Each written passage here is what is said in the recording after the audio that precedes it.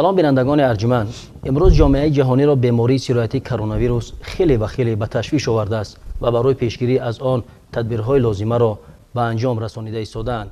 به خصوص در تاجیکستان ما نیز برای پیشگیری از این وبای عصر و یا کووید 19 یک قطار تدبیرهای ضروری را راه اندازی نمودند. از جمله منع چاره‌بینی‌های دسته‌جمعی در سراسر کشور و منع نمازهای 5 وقته در مسجدها منع کرده شدند که از زمره چنین تدبیرها به حساب می رود. وابسته به این حال ما صحبت داریم با سید مکرم عبدالقادرزاده، رئیس شورای علمای مرکز اسلامی جمهوری تاجیکستان. خوش آمدید استاد.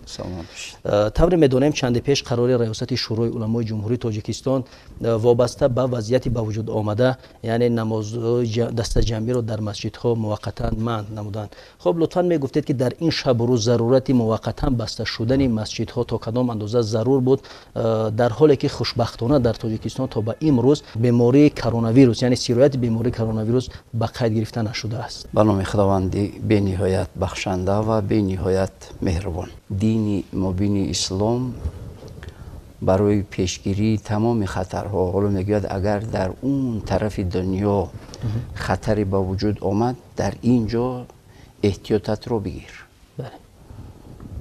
و واقعیت و حقیقت هم اگر ببینیم، هر ملتی کامیاب و موفق و سربلند همونی هست که همیشه از این احتیاط ها راه میگیرد و پیش راهی تمامی خطر و بلا و وبا و آفت و فتنه رو پیشگیری میکند تا اینکه مبتلا نشود.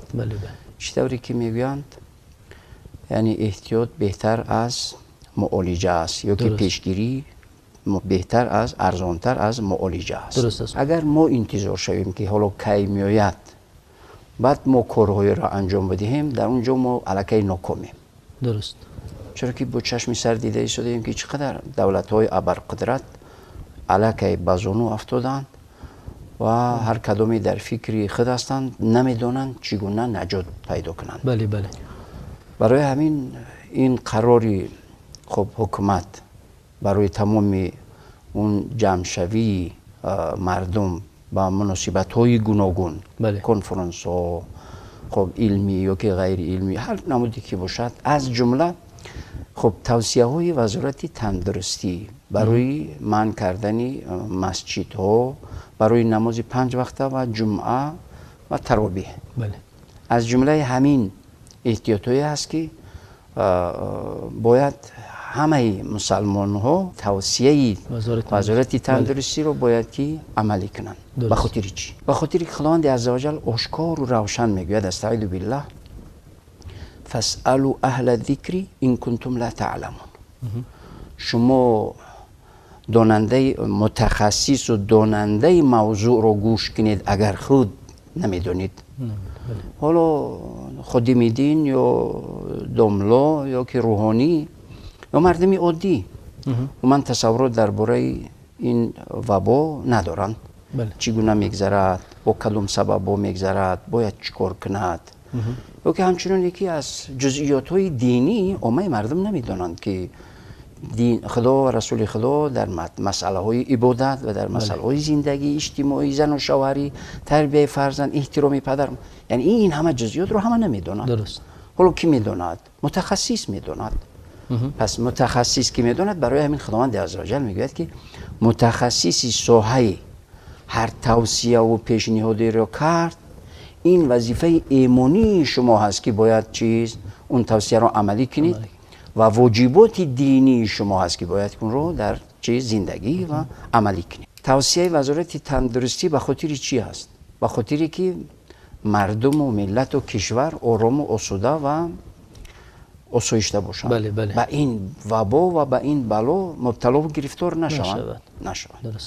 این یک طرفی مسئله. طرف دیگری مسئله مسجد درک شده برای همه است. برای قومی معین، انسان‌های معین، سین و سال معین نیست. انسانی هست می شود که از خارج هم بیاد داخل نماز بخواند، نشناسی نفهمی کی است، اون رو من کرده هم نمی شود. موافق شریعت اسلامی هیچ انسانی نمازگزار و انسان حق ندارد. یعنی خارجی حال تو یعنی داخل شدن تو اینجا ممکن نیست. یعنی اگر که انسان ها رو محدود کنند موافق شریعت موافق مذهب امام ابو حنیفه نماز درست نمی شود. بله بله. یعنی باید مسجد برای همه شده باشد، باید فرق نکنند بین نمازگزارا. حالا شاید خارجی باشد، شاید از دیگر ولایت باشد، شاید از دیگر کشور باشد، بله بله. شاید مبتلا به همین بیماری باشد. حالا می‌دارد داخل مسجد هیچ کس حقی من کردن ندارد، می‌دارد نماز بله بله. می‌گذارد، می‌براید.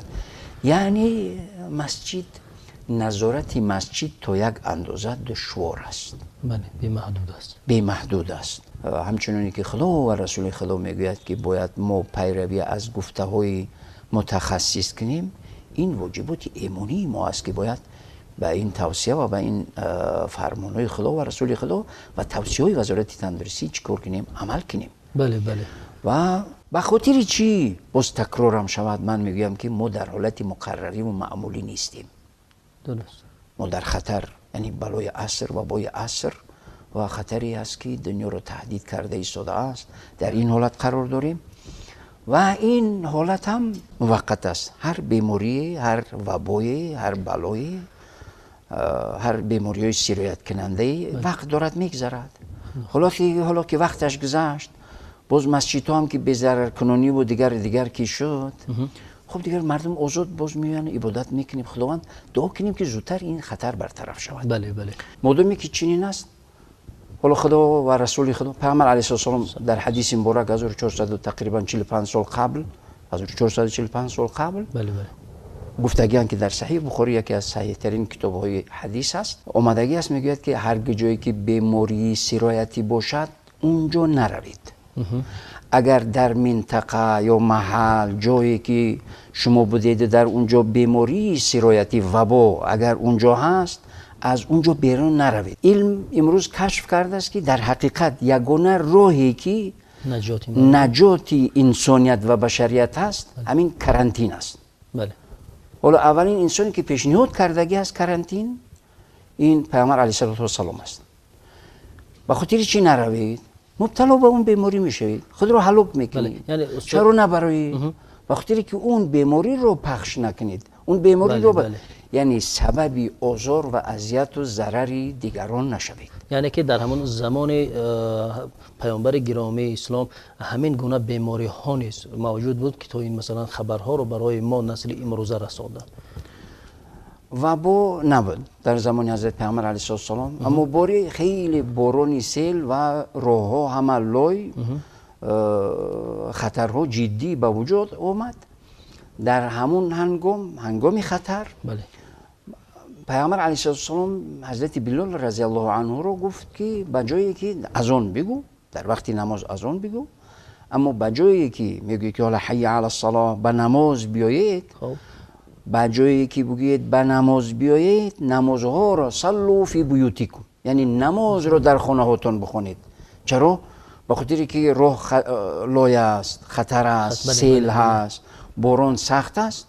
به خاطر که مردم درک کنند که در این حالتهای ناگوار، حالا شاید به خاطر امروزی ما گفته باشد، درست است، چرا که سیل و لای و چیز ممکن است که یک چند ساعته یا چند مدتی برطرف شدنش ممکن است. درست است. اما شاید به خاطر چی این امروزی ما گفته باشد که اگر خطری با وجود آمد نماز رو در خانه بخونید. یعنی که برای ما یک پیشگویی هم کردن حضرت. حتمی. خب دیگر چطوری که ما و شما خوب میدونیم، مسلمان ها خوب میدونن، قرآن از تاریخ گذشته میگوید، از حاضر میگوید، از آینده میگوید. بله، مسلم است که در ماه شریف رمضان که چگونه که شما ملکه ذکر کردید که مثلا بنابر سبب توصیه های وزارت تندرستی امروز مثلا در قرار شما اومده است که نمازگزاری ماه تراویح نیست، غیر از اون نمازهای 5 وقته باید در خانه گذرانیده شود. خب در اینجا میخواستم مثلا دانم که آیا در مذهب ما، یعنی مذهب امام اعظم، مثلا خواندن تراویح عموما در خانه اجازت بود هست؟ مثلا باید مردم چیکار کنن در این سمت؟ حالا اول باید ببینی ما در کدام حالت قرار داریم. خب بله. حالت معمولی و مقرری است یا غیر معمولی و غیر مقرری است. حالا دنیا رو خطر تهدید کرده است. موافق مذهب امام ابو حنیفه میگوید که باید در خانه، حالا نمازی خب 5 وقته باشد، خب نمازی تراویح باشد، در خانه هر نفری شرط نیست ملا باشد، اگر 2 سوره میدوند، اگر نماز رو اندکی به قدری خود میدوند، بهتر میدوند در همون اویله اون نفر در صف اول بیستد، یک صف امام، صف دوم فرزند و پسر و یا که پدر یا که پسر. بله. خب صف سوم همسر دختر، یعنی در خانه سه صف اعضای اویله می توانند نماز بخونند، خصوصا در این وقتی که خطر تهدید میکند. بله. بسیاری بلا رو دعا برطرف میکند. درست است. خداوند اگر نگه بدارد هیچ بلا نیست، اگر خداوند نگه ندارد هیچ دوا نیست. حالا ببینید اون کشورهایی که خیلی اقتصادیاتی بلند داشتن، ابرقدرت بودن، قدرت ها و سلاح‌های یعنی خطرناک داشتن، حالا ببینید چقدر عاجز ماندن. بله. خدا نگه بدارد هیچ بلا نیست. برای همین در حدود اویله نماز جماعت 5 وقته، نماز تراویح در حدود اویله چطوری گفتم صف امام، صف مرد و صف زن ها در حدود اویله نماز رو میخونن، دعا رو میکنن، همیشه با دعا باشن. بله. این دعا بسیاری بلا رو برطرف میکند. درست است. و خداوند عزوجل قادر توانا هست. بله، یعنی که تنها گذارم اگرچه جماعت در دوری خانه نداشته باشن میتوانن که مثلا تنها گذاری، اگر تنها گذار باشد خود زن خود مرد، درست است که در علایدگی چون که همون ترتیبی که در مسجد ها خوانده میشد، با همون ترتیب اول خفتن میخوند، خب سنتی خفتن 2 رکعت سنتی خفتن میخوند، بعد 20 رکعتی نماز تراویح 4 رکعت میخوند، میشیند تسبیح میگوید. ولو در تمام تقویم‌های ریاستی یا که شورای علمای جمهوری تاجیکستان نیتی روزه، نیتی افطار، خب تسبیح و تحلیلی تراویح این همه درس شده است. حتی میشد ممکن است که از روی همون یعنی تقویم نگاه کرده تسبیح را هم که بخواند باکی ندارد و ثوابی همون جماعت رو میگیرد. به خاطر چی؟ به خاطر که خطر هست. من همچون رئیس شورای علما از تمام بینندگان عزیز شما خواهش میکنم که به اغوای بعضی از انسانهای غرضناک داده نشوند. خوب میدونستن که تو حال درهای مسجد ما همیشه شده بود. نمازهای تراویح با ختم قرآن چند سالها باز یعنی خوانده میشد، هیچ مانعی نبود. امروز که خطر تهدید کرده ایستاده است، ما باید با گفته های هر بدخواهی چرا این هست چرا اون نیست، خب متخصص بهتر میدونه. خب استاد میخواستم در اینجا یک سوالی مطرح کنیم که مثلا کسانی که اگر رفت و در همین بیماری که امروز جهانی امروزه را گفتیم فرا گرفته است و تهدیدش هم هر لحظه برای دیگر کشورهایی که نشده است هست، خب اگر کسانی به پروایی کردن در همین بیماری و کسانی که مثلا به توجهی کردن به قول گفتن توکل به خدا، ولی توکلی کردن که توکلی که به پیشگیری، اسلام در این مورد چی میگوید؟ پیغمبر علیه السلام میگوید که المسلم من سلم المسلمون من لسانه و یده. مسلمانی کامیاب، مسلمانی موفق، مسلمانی سعادتمند، مسلمانی واقعی همونی هست که هیچ کسی نه مسلمان نه غیر مسلمان از دست و زبانش آزار نمییابد. خب حالا مدامی که پنهان میکند بیماری رو، برای ما در مراجعت نامه اول از نام ریاستی شورای علما پخش شده بود، از تمام شهروندان خصوصا نمازگزاران که وقت مسجد هم که شده بود خواهش کرده بودیم که اونایی که تبی بلند دارند، سرفه دارند، سوزشی دماغ یا که گلو دارند، یعنی احساسی به مداری میکنند، حتمی به طبیب مراجعت کنند، حتمی مراجعت کنند. اگر مراجعت نمیکنند، هر انسانی که حالا انسان چقدر مخلوقی مکرم و محترم است در نزد پروردگار، حتی یک انسان، حتی یک حیوان اگر انسان اگر به حیوانی ظلم کند آسیب و گناهگار و رسوا می شود. حالا در حدیث صحیح آمده است، پیغمبر صلی الله علیه و آله میگه که انسانی گربه رو شاید در خانه رنجش داد، این طرف اون طرف، اون رو حبس کرد، یک مدتی نه خورد و خوراکش داد نه کشادش که برود بر دهنی خودش چیزی بیاورد و پیدا کند و بخورد و نجات بیاورد. از گرسنگی هلاک شد. حالا ببینید خداوند عزوجل با پیامبرش حضرت محمد علیه السلام وحی فرستاد که فلان انسان در فلان خانه گربه رو حبس کرد، از گرسنگی هلاک شد. حالا با وجود که این انسان نماز و روزه و طاعت عبادت و نیکی و همه داشت، همهش به خاطر ظلم به این حیوانی بی زبان همه اعمال نیکش باطل شد و به جهنم می رود. گفت حالا در برابری باز حدیثی صحیح انسانی در صحرای گرم قمیستون دید سگه زبانش از دهانش برآمده که قریب است که هلاک می شود از تشنگی رفت با پای افزال و کشفش چیکار کرد آب آورد در پیش دهانی سگ ماند اون سگ از این آب لقید و نوشید نجات یافت خداوند عزوجل وحی فرستاد که این بنده عاصی گناهکارم رو به خاطر رحمی به این حیوان بی زبان که این هم مخلوق من هست این رو من خلق کردم بله من جایش رو جنت کردم با وجود اسیانش با وجود گناهش با وجود معصیتش بله بله یعنی وقتی که انسان زیان و ضرر به کسی خب به خود یعنی ولی وقتی- قبل از بله، همه بله. که نمیگوید مراجعت به طبیب نمیکند ظلم بر نفسی خود میکند این بدن و این جسم امانت هر انسانی هست از طرف خداوند که بله، امانت دادگی است باید این رو به خاطر چیزایی که حرام است حالا خوردنش حرام است ولی اینکه نفسی خودش اختیاری خودش ضرر میبیند اما چرا خداوند عزوجل عقابش میکند به خاطر که ظلم بر این جسم میکند بله ضرر به این جسم میارد مواد مخدر رو نمیدونم که بنگ و یا که دیگر هر چیزی که ضرر میگیرد حرام است و خاطری که این جسمی که امانت هست به این ضرر آورد گناهکار و عاصی و رسوا میشود عذاب میشود بله حالا به دیگران به عدد انسان هایی که ضرر میبینن به عدد اون خداوند عزوجل این انسان رو عقاب میکند حالا شما یک نقطه دیگر گفتید که توکل در اسلام اون نیست که غافلی و بی‌پروایی باشد درست است در زمان حضرت عمر رضی الله عنه قوم با وجود آمدند رفتند در کنج مسجد نشستند گفتند ما توکل کردگانی در رزق به پروردگار رزق رو میرساند ما غیر از عبادت دیگر هیچ کاری نمیکنیم بله یک گروهی از مردم و مدتی در اون مسجد نشستند عبادت کردند اهل محله یک بار دو بار یک روز 5 روز گفتن چی انسانی هستن تنبل و غافل و اینا نمیبرویند خب دیگه تو کی ما اینا را تأمینات میکنیم بله شکایت تو حضرت عمر رفت حضرت عمر با هم عصایش اومد گفت شما کی هستی گفت ما توکل کردگانی در رزق با پروردگار گفت شما توکل رو چی میفهمید گفت شما باری دیدید که از آسمان تنگه و تیلا بریده باشد گفت نه گفت برای چی گفت نمیدونیم حالا گفت از آسمان چی میبرد گفت برف میبرد باران میبارد ولی گفت برای چی میبارد گفت نمیدونیم گفت خوب که نمیدونی شما توکل رو نفهمیدید توکل اون است که شما رفته زمین رو کشت کنید گردباد کنید چقدر جفت کنید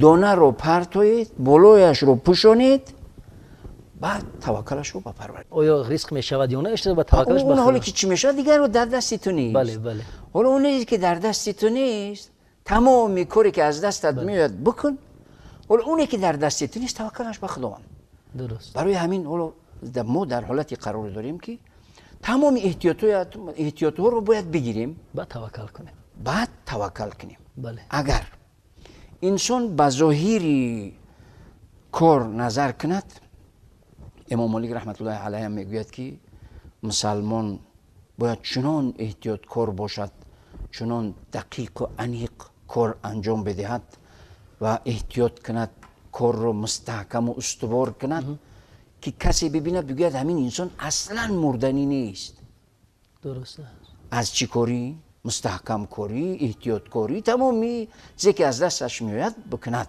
اما میگوید اگر عبادت رو کردید عبادت رو چنان متواضعانه با حضور دل با تمام وجود با تضرع خاکسارانه چنان عبادت انجام بده میگوید کسی اگر دید بگوید این انسان همین لحظه مردنی است یعنی مسلمان در هر دو حالت باید که استوار و مستحکم و خیلی قوی باشد بله بله حالا توکل در ظاهر اگر انسان ببیند میگوید من توکل وجود ندارد و خاطر که انسان هر چیزی که از دستش میاد باید بکنه اما توکل همه چیز است حالا انسان همه چیز رو هم میکند باز نمیشود اگر خداوند عزوجل حالا ببینید پیامبر صلی الله علیه و در حدیث مبارک میگوید که خداوند عزوجل درد رو فرستاد دوایش رو میفرستد بله. هر کسی جستجو کرد دوا رو یافت یعنی خداوند اگر شفا کرده باشد شفا مییابد بله بله حالا که اون دوا اگر میشد که هزارها میلیون ها رو شفا شود اون دوا، حالا برای این انسان اگر خداوند شفاش نکند باز شفا نمیشود. درست است. برای همین یعنی توکل در ظاهر هیچ چیز است اما در اصل همه چیز. بله. لیکن توکل اونی نیست که انسان بپره. حالا انسان اعرابی بودیه صحرانشینی از بودیه یا که از صحرا پیش پیغمبر علیه السلام آمدن با شتر. پیغمبر صلی الله علیه و دیدن که زود داخل شدن، حالا که اومدن گذشتن زود داخل مسجد شدن. بله. اعرابی رو پرسید که برادر عزیز حالا شترت رو چی کردی؟ گفت توکلش رو به خدا کردم. گفت پاش رو بستی؟ گفت نه. گفت نه توکلی نیست، برو پاش شترت رو خوب مستحکم ببند بعد توکلش رو به خداوند کن. یعنی مردمی مسلمان هموطنان عزیزی ما باید توکل رو یعنی چیزی غافل و جاهل و بی‌پروا ندونند. درست است. بله. هر چیزی که از دستش میآید بکند، بعد اون چیزی که در دستش نیست، در امکانیتش نیست، در توانش نیست، اونجا توکل بپرد. از اول توکل میکند، هر چی که از دستش میآید میکند، بعد میگوید خداوند هر چیزی که از دستم اومد کردم، حالا دیگر توکل و تکیه و امیدم به توست. خودت نگاهم بدار، خودت کامیابم کن. اصلی توکل همین است. اما این توکلی که مردم میگه خب توکلش به خدا، این رو توکل نمیگن، این رو غفلت میگن، این رو غافلی میگن، این رو تنبلی میگن، این رو یعنی بی‌پرواگی میگن، توکل نمیگن. توکل نیست. بیشتر در مورد بستن مسجد ها گفتیم. آیا این تجربه یعنی همین معنی نمازهای دسته جمعی در دیگر کشورها نیز هست؟ شما خوب میدونید که تقریبا 1.5 ماه 2 ماه میشود که حرمین کعبه الله و مدینه منوره مسجد نبوی بسته است برای تمامی نمازگزارا. یک چند نفری محدودی که در اونجا نماز میگذارند خیلی همون امام حرم است و فراشا و کارمندانی داخل حرم، محدود، هیچ دیگر برآمد درآمد نیست. مسجد نبوی مسجد پیغمبر علیه السلام باشد امین است. تمام مسجدهای عالم اسلام پیش از ما تقریبا 1 ماه 20 روز 15 روز قبل از ما همه درهای مسجد رو بستند. به خاطر چیز؟ به خاطر که این ویروس یا که این بلا و وبا یعنی به مردم زیاد تاثیر نکند. و در ما و اکثریت کلی کشورهای اسلامی و که مسلمان نشین عادتا انسانهای سالخورده، در اکثریت نمازگزارا انسانهای سالخورده یعنی از 60 و 63 و 50 بالا هستند، یعنی اونا آسیب پذیرتر هستند. زودتر و به زودی و به آسانی این وبا اونا رو تأثیر میکنند. بله. حالا شاید از همین نقطه نظر باشد که انسان ها در امان باشند و عبادت های خود رو در خانه ها انجام بدهند. این تنها مخصوصی تاجیکستان نیست. بله. تمام دولت های اسلامی و مسلمان نشین خصوصا آسیای مرکزی، یعنی قبل از ما چند هفته یا تقریبا 1 ماه قبل از ما مسجدها درهای مسجد خود رو بسته بودند و به مردم توصیه ها کردند که نمازها رو در خانه با اهل خانواده جماعت. لیکن من باید یک نقطه تاکید کنم، در تمام خانه هر انسانی که خوب به جماعت خود تنها نماز میگذارد حتمی باید اذان بگوید و قامت بگوید پس نماز بگذارد. چرا که در مسجد ها دیگر اذان گفتن نمی شود، برای همین باید که در خانه حتمی اذان و قامت گفته شود. بله، سلامت باشید. خب استاد، در یکی از بندهای همین قرار ریاست شورای علما ذکر گردیده است راجع به همون جمع‌آمدها و از جمله افطار و عیدگردک. خب میخواستم در همین مورد یک نظر خویش رو میگفتید که عیدگردک گفتم مثلا کدام شخص ها در نظر گرفتن سن سال کلانسال و یا کودکان برای منع کردن اینها در روز عید؟ چون که در این مورد هم بعضی سر صداها هست. خب اصلا نماز تراویح رو گفتیم به شکل تفصیل که نماز 5 وقته تراویح باید که در افطار هم در حدود اویلا. حالا پیغمبر علیه السلام میگه که بهترین صدقه همونی است که به اهل و اویلات میدهی. درسته. بسیاری فکر میکنن که اگر به فرزندم سر لباس بخرم یا خوراک و غذا بدهم یا تعلیم و تربیتش کنم یا اینکه به مکتب بفرستم اسباب و ضروریاتی مکتبی برایش بخرم، خب این در ثواب یا که در صدقه داخل نیست. برعکس پیغمبر علیه السلام میگه بهترین صدقه همونی هست که به اهل اویلات میدهی. درست. حالا میگه که انسانی که برای رزق روزی فرزندش میرود، خود دهقانی میکند، خود تجارت میکند، خود خدمتچی دولتی هست یا که هر کاری که میکند به خاطر چیز؟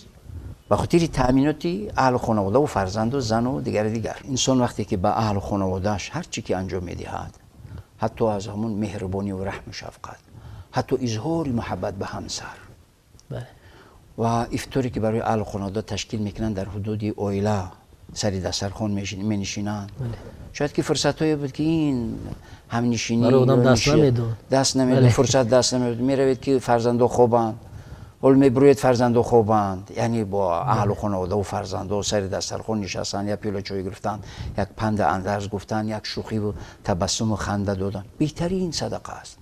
هیچ وقت انسان فکر نکند که من از ثواب محروم ماندم، این همه ثواب است. حالا پیامبر صلی الله علیه و آله میگه انسانی و خاطر رزق روزی فرزندانش، خود دهقانی، خود صاحبکاری، خود هر وظیفه‌ای که انجام میدهد، اون میگه در راه خدا است. اون در چی هست؟ در عبادت است. در عبادت است. عمل خیر است. در عمل خیر است. کار ثواب است، صدقه است. یعنی متاسفانه مردم ما اگر وقتی صدقه میگیم فقط در ذهنشون یک چیز میاد، ضیافت تقدیم کردن به دیگران. اما صدقه میگه پیامبر صلی الله علیه و آله میگه التبسم علی وجه اخیک لک صدقه. حالا برادریت رو یا اهل خانواده‌ات رو یک تبسم و لبخند زدید و با اون معامله نکردید، همین میگه برای تو صدقه است. خداوند عزوجل برای همین لبخند زدن، به همین چهرک شدن و تبسمات برای تو اجر میدهد. این اجر دارد. یعنی باید درست نفهمیم. حالا مسئله ایدگردک، یعنی ایدگردک به خاطر چیز؟ حالا شاید کودکایی که میروند یک چیزی نو چیزی میگیرن، چرمغز باشد، هر چیزی که باشد، شیرینی باشد، خدای نکرده در اون یگون بیماری یگون خطری نباشد. در این شب روزی که خطر هست، در همین شب روزی، خصوصا در همین شب روزی که خطر تهدید میکند، خدای نکرده خانه اهل خانواده اگر گرفتار باشد نمیدونند. نمیدونند. حالا پیشواز میگیرن، خوش آمدید میگن، عید مبارک باشد، دیگر میگن، یک چیزی یا که طعام پیشنهاد میکنن یا اینکه سلام میکنن یا که خدا نشون نده چقدر یعنی زود این بیماری پخش میشود، موج میزند. برای همین به خاطر پیشگیری این بیماری برای یعنی کلی هم کلانسالان و هم خردسالان، یعنی مگر اونایی که برای پیش پدر و مادر، زیارت پدر و مادر، نزدیکان. حالا انیق میدونید که دیگر پدر سالم است، فرزند سالم است، اونایی رو که انیق میدونید که سالم هستند، در روز عید خبر گرفتنی از اونها، زیارت کردنی اونها، دعای گرفتنی اونها و دستی کمک دراز کردن به محتاج نیازمند و خصوصا اون یتیم خانه‌ای که هستند، معیوبایی که هستند. در روز عید، در روز خداوند عزوجل در حدیث قدسی آمده است که فردا روز قیامت وقتی که انسانیت همه میخیزد، حسابات میدهد، خداوند عزوجل با بعضی ها مناظره میکند، میگوید بندم فلانی، من به تو چقدر امکانیتی وسیع دادم، من بیمار بودم چرا عیادتم نکردی، من گرفتار بودم چرا به درد من دوا نشدی، من یتیم بودم چرا سری من رو سیله نکردی، من معیوب بودم چرا باری از من عیادت و دستگیری نکردی. انسان در حیرت و دهشت میماند، میگوید پروردگارا من بنده عاجز در اون دنیا توانی دیدنی تو رو نداشتم، چگونه تو چنین میگه در فلانی همسایگیت میدونستی که اونجا یتیم است چرا باری نرفتی سر اون رو سیله نکردی، یا معیوبه بود چرا اون رو دستگیری نکردی. حالا که در اونجا که تو رحم نکردی، در اینجا برای تو هیچ رحمی نیست. پیامبر علیه السلام میگن که الراحمون یرحمهم الرحمن، انسان هایی که رحم میکنند پروردگار رحمان اونها رو رحم میکند. یعنی روزی عید روزی رحم شفقت، روزی دستگیری یتیمان، نه روزی یعنی و خصوصا در وقتی که خطر برجا ماندگان و بیچاره و بینوا و دیگر بخصوص در این روزی گفتن چگونه که در اون روزی که مثال جامعه جهانی رو یک ویروسی که تهدید دارد. بله به شک همه ساله هزارها نفر مردم شریف تاجیکستان به زیارت خانه خدا یعنی به حج می رود. طور میدونیم امروز که تمام راه ها بستند و مردم مثلا اون کسانی که نیت داشتن به خانه خدا برای زیارت رفتن نمیتوانند. پس اینا چی باید کنند؟ انسانایی که نیت حج داشتند و مبلغی جمع کردند، حالا مدامی که دری حرمین بسته است و مهمان قبول نمیکنند و به خاطری که اون از اون اجر و پاداش هم محروم نشوند. بله.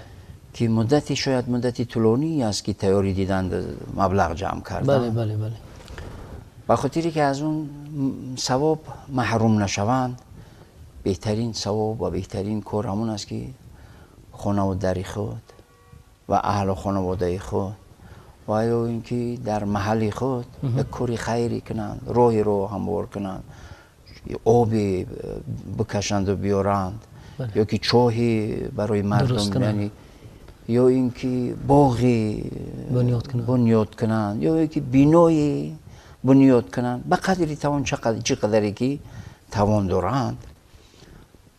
همه این صدقه جاریه هست. حالا خب اون انسان هست، خب با تقدیر الهی روزی از این دنیا می رود، تا وقتی که اون آب، اون باغ، اون بنا، اون راه استفاده می شود، به عددی استفاده شونده اون مکانی که کردگی هست براش صدقه جاریه. یعنی صدقه جاریه یعنی چی؟ صدقه جاریه به مانند آب جاری، حالا آب جاری دائم روان است. بله بله. صدقه جاریه به مانند همین آب جاری همیشه هر لحظه و هر ثانیه برایش اجر و پاداش همیشه به عنوان و به شخصیتش می رود و می رسد. برای همین از این فرصت و هیچ وقت انسان مسلمان از هیچ حالت باید ناامید نشود. درست است. ناامیدی یکی از نامهای مرگ است. همونایی که به خودکشی دست میزنند از ناامیدی به خودکشی دست نمیزنند. همونایی که در زندگی ناکام میشوند از ناامیدی ناکام نمیشوند. انسان باید هیچ وقت ناامید نباشد.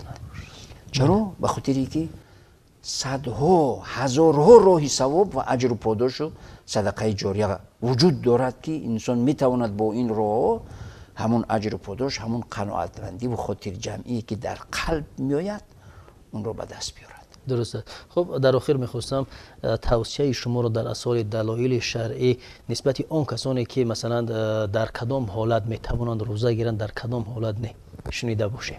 هیچ عبادتی نیست که در اون استثناء نباشد، مخصوصیت نباشد، بله.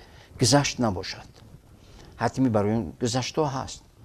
برای انسانی بیمار، حالا بیماریه که به سبب روزه‌داری اوج میگیرد یا دوباره پیدا میشود یا اینکه انسان را هلاک میکند و این نمود بیماری رو باز متخصص معین میکند که کدام بیماری.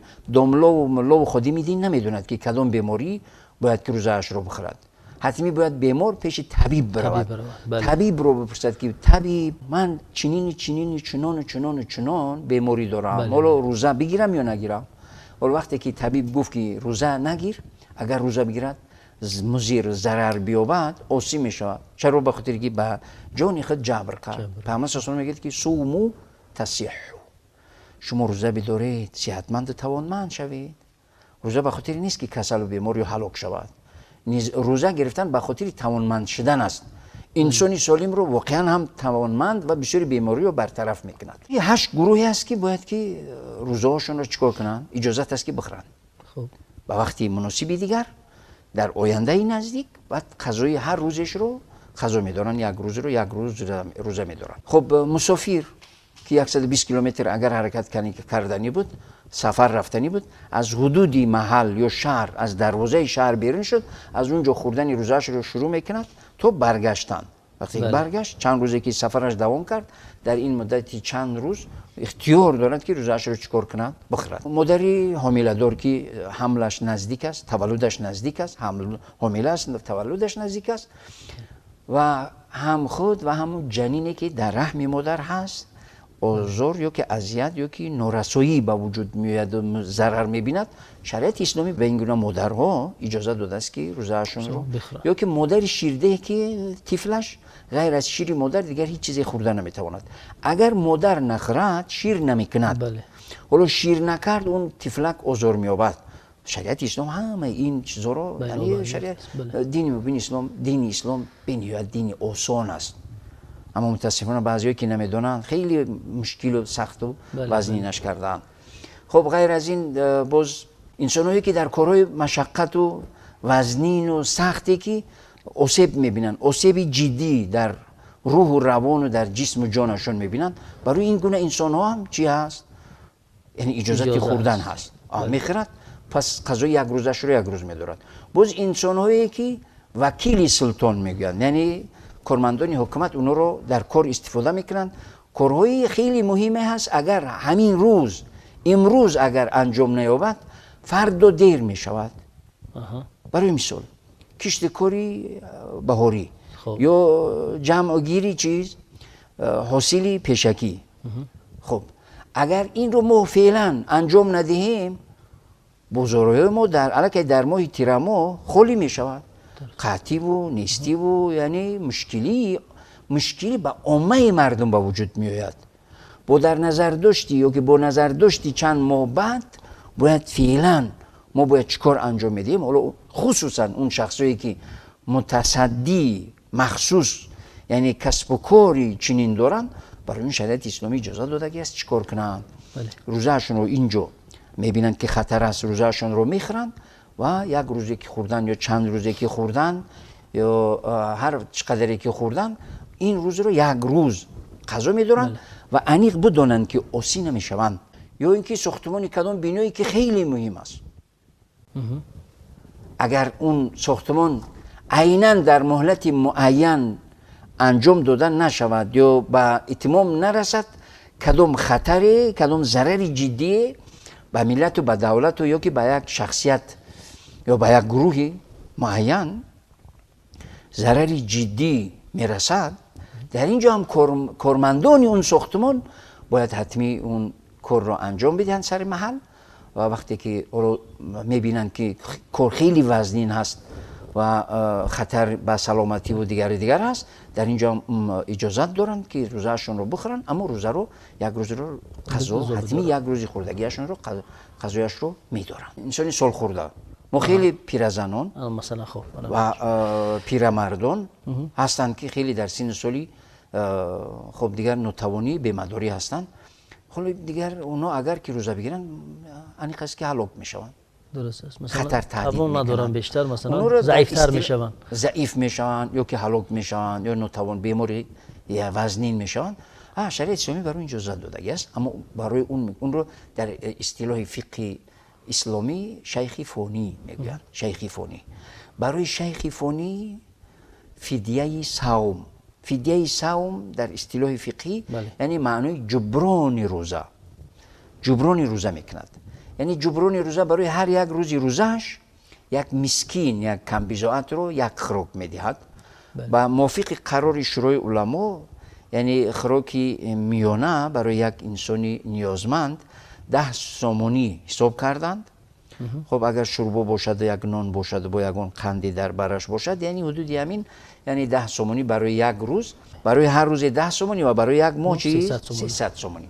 حالا این 300 سومونی رو در اخیر ماه مبارک رمضان پیش از عید به یک بیچاره و کمبغل عیناً از نزدیکان خودش قبل از همه اکا و دادر و اپا و خواهر، به فرزندش نی، به پدرش نی، فقط اکا و دادر و اپا و خواهر و خاله و عمه و دیگر. حالا که از نزدیکان و خویشاوندان نزدیکش درمانده و نیازمند نیست، به همسایه کم بضاعت نزدیکش، نزدیکترین همسایه که کم بضاعت و نیازمند است یا معیوب یا یتیم یا دیگر دارد، یعنی به اون پرداخت میکند و خداوند عزوجل ثواب همین روزه رو به اون سال خورده میدهد. خلاصه گفتنی هستم از بینندگان عزیز گرامی، خواهش کردنی هستم که این سختی ها میگذرد. بله. این خطر ها میگذرد. بله.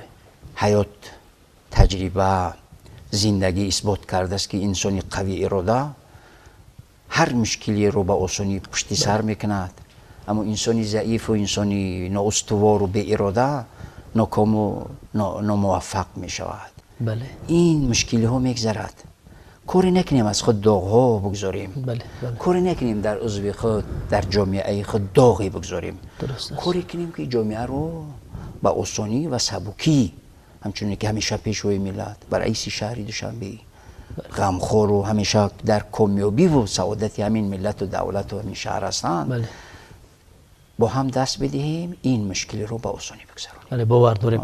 خب تشکر زیاد استاد برای یک صحبت خیلی صمیمی و روشنی انداختن برای بعضی نافهمی ها و بعضی سر و صداهایی که امروز در چی در جامعه و چی در شبکه‌های اجتماعی بود یک روشنی انداختید. بینندگان عزیز، طور هم صحبت ما محترم سید مکرم عبدالقادر زاده رئیس شورای علمای مرکز اسلامی جمهوری تاجیکستان بیان داشتند. تمام آن تدبیرهایی که امروز اندیشیده شده است همه آن برای سلامتی ما است و در اساس دلایل شرعی و توصیه طبیبان راه اندازی گردیده است و امیدوار هستیم که شما نیز سلامتی خویش را از این بیماری و این وبای عصر حفظ می نمایید و آن هنگامه ها و آن اختلاف هایی که در جامعه و در سامانه های اجتماعی است داده نمی شود و بهر سلامتی خویش همیشه کوشش می ورزید.